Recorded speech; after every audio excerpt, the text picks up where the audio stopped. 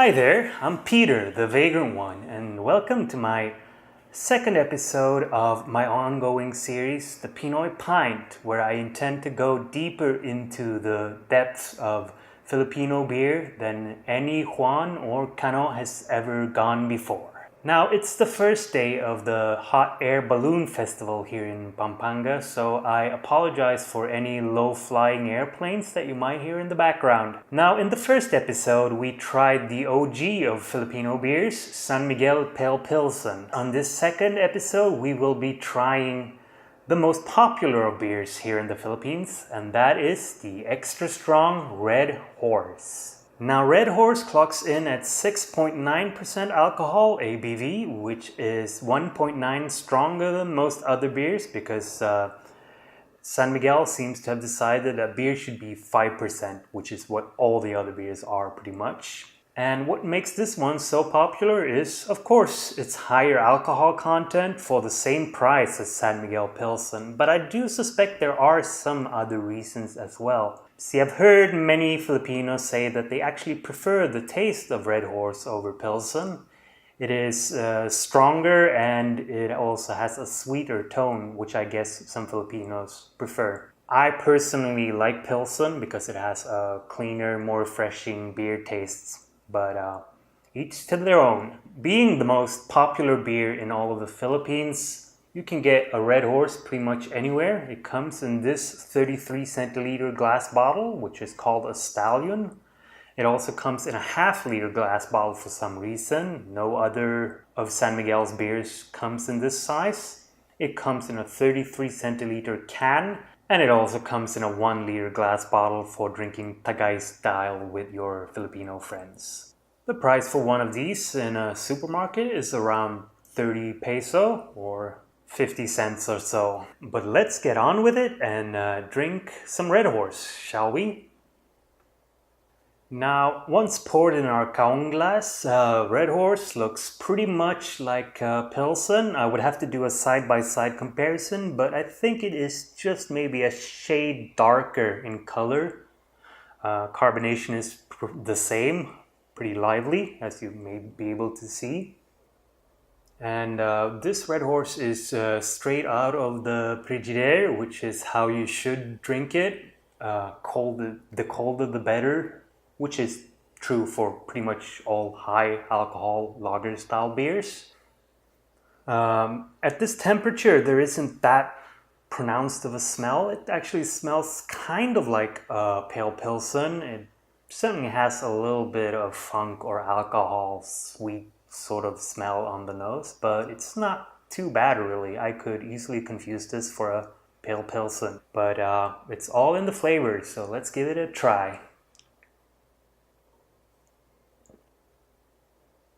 Now, once you taste it, however, there is no confusing this one with a pale Pilsen. It's stronger and you can definitely taste the alcohol in it, and it has a bit of a cloying sweet finish. There is very little maltiness, maybe some grain taste, but really it's just kind of like someone siphoned some gasoline from a local trike driver and then added a healthy amount of sugar. Maybe that's being a little unkind towards this brew. It's actually, now when it's really cold, not that bad. It's pretty drinkable.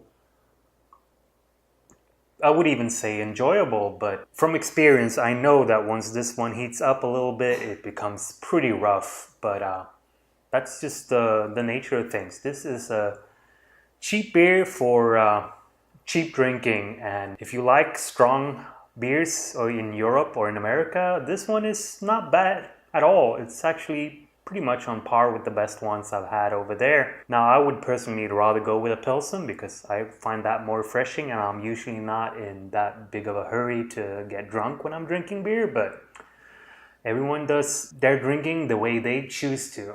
Now, let's talk about some fun details about this beer. If you're drinking Red Horse with Filipinos, sooner or later they will tell you about the legend of the smiling horse. You see, there is a different bottle design with a horse logo on the front looks a little bit different, and it looks like it's smiling, and they will tell you that this beer is stronger than in the regular Red Horse bottle, and that there's one of these in every case of 24 bottles, and if you find it, you will get drunk real fast. However, this is basically an urban myth. There is no difference between that. It's just that here in the Philippines, San Miguel Brewery reuses their bottles, and once they settle on a new design, some of the old ones still remain in circulation. But I guarantee you, it is the same beer. San Miguel Brewery is in fact not run by Willy Wonka. So to finish things up, I think if you like strong beers, this will probably be your drink of choice here in the Philippines. And if not, you probably should try it at least once because it is so much a part of the culture over here. And if you have some Filipino friends, sooner or later you will be seated over a bucket of Red Horse beer or drinking out of a big 1-liter bottle.